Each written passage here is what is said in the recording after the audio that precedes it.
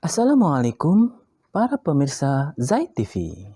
Di video sebelumnya disebutkan bahwa liburan bisa menjadi momentum untuk mengembalikan kehangatan keluarga bagi yang sudah berkeluarga atau juga mempererat pertemanan atau ukhuwah setelah disibukkan dengan aktivitas rutin, merefresh otak, fisik, juga rohani. Silakan nonton video sebelumnya yang berjudul Liburan Menurut Islam. Dalam mengisi liburan, hendaknya ditentukan topiknya atau targetnya. Misalnya liburan ini, anak saya bisa lancar membaca Al-Quran. Maka anak saya ikutkan pesantren kilat tahsin Al-Quran. Juga liburan ini kita bisa menarikkan diri. Misalnya saya sendiri bisa hafal juz 29. Contoh lain terkait topik pengetahuan agama, misalkan orang tua mengadakan lomba mendongeng kisah-kisah para nabi atau kisah-kisah para sahabat dari Nabi Muhammad SAW. Untuk masalah sosial, anak bisa diajak untuk melakukan cuci lemari pakaian, kemudian memilih baju-baju yang sudah tidak digunakan lagi. Setelah selesai, anak-anak bisa diajak bersilaturahmi ke panti asuhan dan memberikan baju-baju layak pakai yang telah dipilih.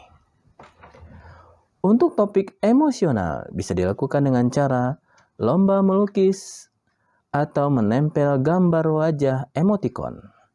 Anak diminta menempelkan wajah emotikon dengan emosi baik dan emosi tidak baik. Anak juga bisa diminta untuk membuat daftar perbuatan baik atau buruk yang diketahuinya. Yang lebih menarik, anak juga bisa diajak untuk bermain peran. Misalnya, anak dibawa dalam sebuah situasi tertentu, lalu anak diminta untuk mengekspresikan perasaannya terhadap situasi tersebut. Liburan juga bisa dipakai untuk mengajarkan anak mencintai binatang dan melakukan kegiatan sosial. Kegiatan outbound bisa juga dilakukan di rumah. Tidak harus di tempat yang jauh dan membutuhkan banyak biaya. Semua benda yang ada di rumah bisa dimanfaatkan sebagai sarana outbound. Misalnya panci, sendok, kardus bekas, tali jemuran, kursi makan, spray papan, dan sebagainya.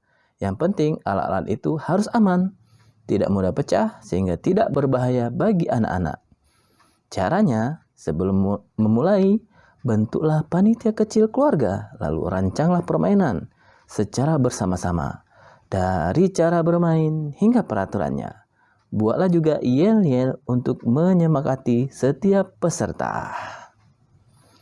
Contoh lain dari bentuk kegiatan liburan atau sarana refreshing yang menyenangkan adalah menjalankan hobi olahraga, berenang, rihlah, berkemah, kumpul bareng di malam hari di pantai atau di taman dan lain-lain. Tentu akan lebih bermakna jika acara itu didesain menyenangkan dan mendidik. Bahkan akan lebih terkesan jika dibarengi dengan adanya pembagian door prize atau hadiah. Sebagaimana sabda Nabi, saling berbagi hadiahlah kalian, maka kalian akan saling mencintai. Hadis riwayat Imam Bukhari. Kemudian pemirsa Zaid TV, bagaimana memilih liburan yang bernilai lebih? Di atas telah disebutkan bentuk dan sarana refreshing yang beragam jenis. Namun ada sarana yang bernilai lebih yang bisa mengcover semua tujuan dari berlibur. Apa itu? Yaitu melaksanakan ibadah umrah atau ziarah ke haram. Bahkan nilai ruhani dan pahala dalam melaksanakan kegiatan ini berlipat ganda.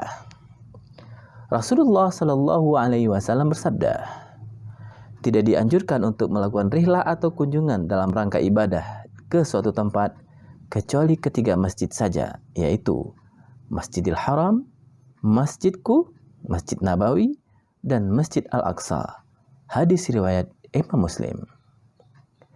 Rasulullah Shallallahu Alaihi Wasallam bersabda, Mekah tempat beribadah yang digandakan semua bentuk ibadah menjadi 100.000 kali dari yang dilakukan di luar kota Mekah.